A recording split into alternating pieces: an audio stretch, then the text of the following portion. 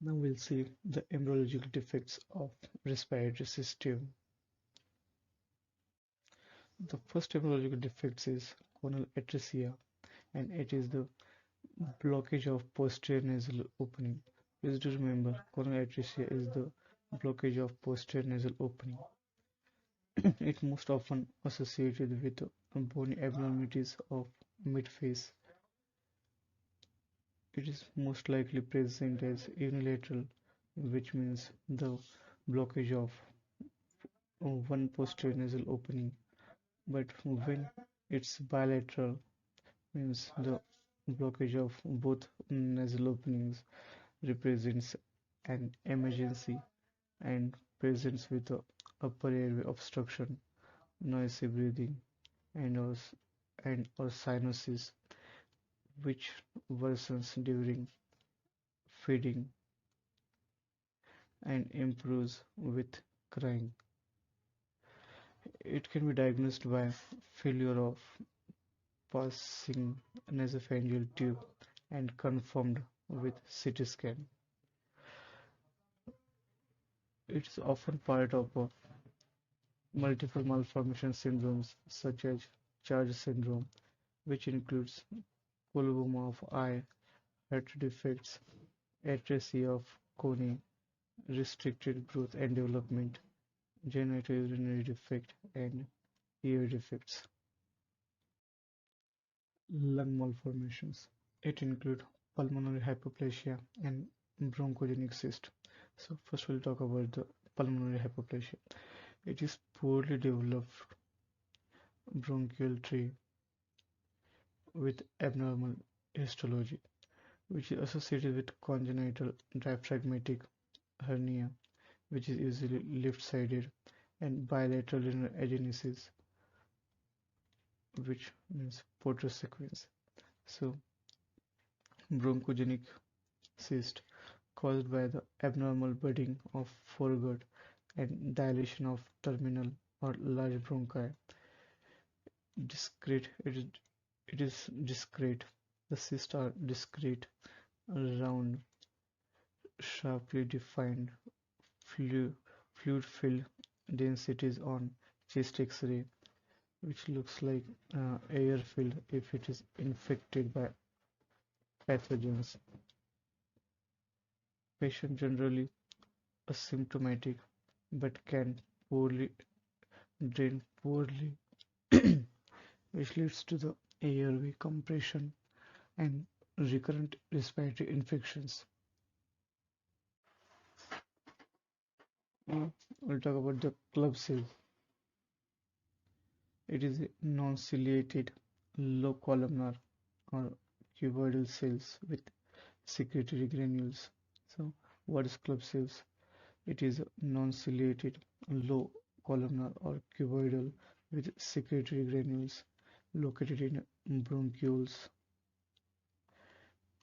It degrades toxins via cytochrome P450. Its function is it degrades toxins via cytochrome P450, which secrete components of surfactants, progenitor cells for club and ciliated cells. That's it. Neonatal respiratory distress syndrome. It occurs because of surfactant deficiency. So, surfactant deficiency is the main cause of having neonatal respiratory distress syndrome. Surfactant deficiency leads to increased surface tension, also which leads to increased alveolar prolapse, which looks like ground glass appearance of lung filled, as you can see here in this image. It looks like a ground glass appearance. And the risk factors for this syndrome is prematurity, diabetes during pregnancy, which increases fetal insulin, and C-section delivery, which decreases release of fetal glucocorticoids, which is very important for surfactant development, and less stressful than vaginal delivery. Treatment Treatment of neonatal respiratory distress syndrome includes maternal glucocorticoid before birth. Give glucocorticoid to the mother before birth, or exogenous surfactant for infant.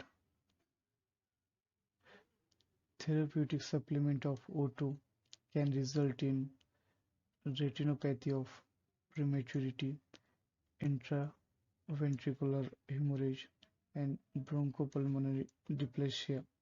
You can remember it by mnemonic RIB. R for retinopathy of prematurity, I for intraventricular hemorrhage, and B for bronchopulmonary dysplasia. It is associated with a therapeutic supplement of O2. And the screening test for fetal lung maturity